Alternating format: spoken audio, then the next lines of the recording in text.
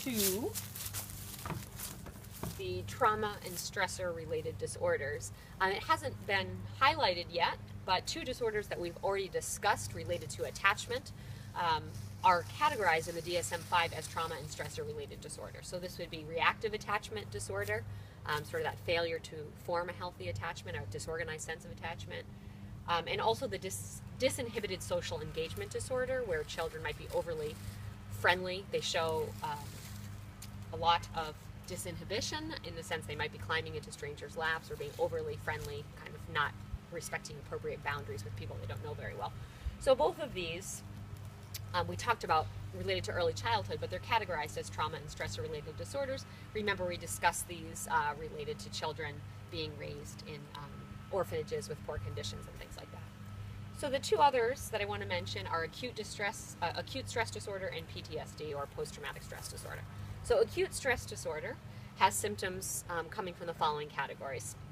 Intrusion, so this could be things like flashbacks, nightmares, intrusive thoughts, images you can't get out of your head. Dissociation, so this can be sort of memory failures. Avoidance, right? So you avoid the people and places that are triggers that remind you of the traumatic event. Arousal, which could be irritability, it could be anxiety. So there are symptoms in all of these categories following the traumatic event in a duration that lasts up to 1 month. So that would be the criteria for acute stress disorder. If these symptoms persist longer than 1 month, then we get the threshold for post-traumatic stress disorder. And the symptoms for post-traumatic stress disorder and acute stress disorder are the same for children and adults. One interesting addition in DSM-5 is a subcategory for kids under 6. They're starting to put a little more developmental attention on how the symptoms for the preschool age population might be slightly nuanced. But overall, there are not vast differences in these disorders when you're diagnosing kids versus adults. All right, so when we're talking about trauma, what are some examples of what could be considered trauma for children? Things like disasters, natural disasters, Hurricane Katrina, for example, tsunamis, war, child refugees, also being kidnapped, of course, exposure to terrorist events such as 9/11 or the Boston Marathon bombing, abuse, maltreatment, rape, fire, violence, witnessing a murder, witnessing domestic abuse or battery, medical trauma from them having an accident, for example, car accidents, interpersonal trauma, again, thinking about things like abuse between them and their caregivers or abuse within the home relationships. What is the prevalence? 1/4 to 2/3 of children report a trauma history by age 16. It's a pretty alarming number. 1/4 to 2/3 by age 16 have a trauma history. Girls tend to report more PTSD symptoms, so they tend to be diagnosed more frequently with PTSD.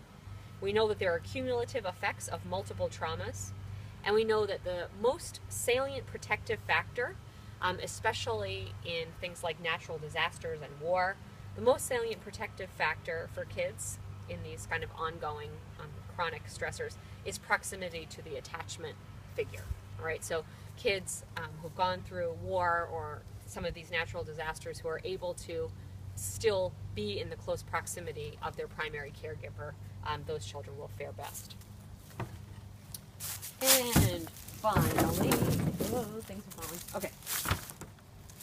Finally, a little bit here on developmental course and comorbidity. This will be something that will continue in class. In class, we'll also talk about treatment and assessment a bit more. So developmental course and comorbidity. I just want to mention that there is a possible new diagnostic category that might show up in the next iteration of the DSM-5, and it would be called probably developmental trauma disorder, which would be defined as exposure and adaptation to chronic trauma, often in the home. So someone who has endured years and years of chronic abuse in their home environment, for example. They've been exposed to the trauma in a chronic way, and so therefore they've done some adaptation to that over the years that they have been being abused. So that's something to just think about and might show up in the next version. Other things related to developmental course of maltreatment. So we know that maltreatment has a negative impact on brain development. The HPA axis is affected.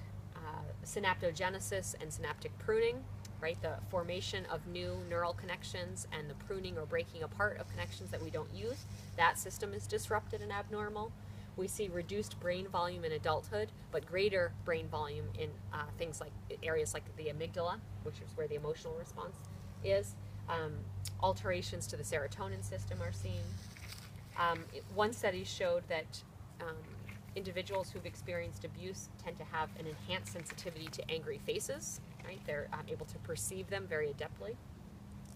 There's also a psychological impact, of course, of maltreatment.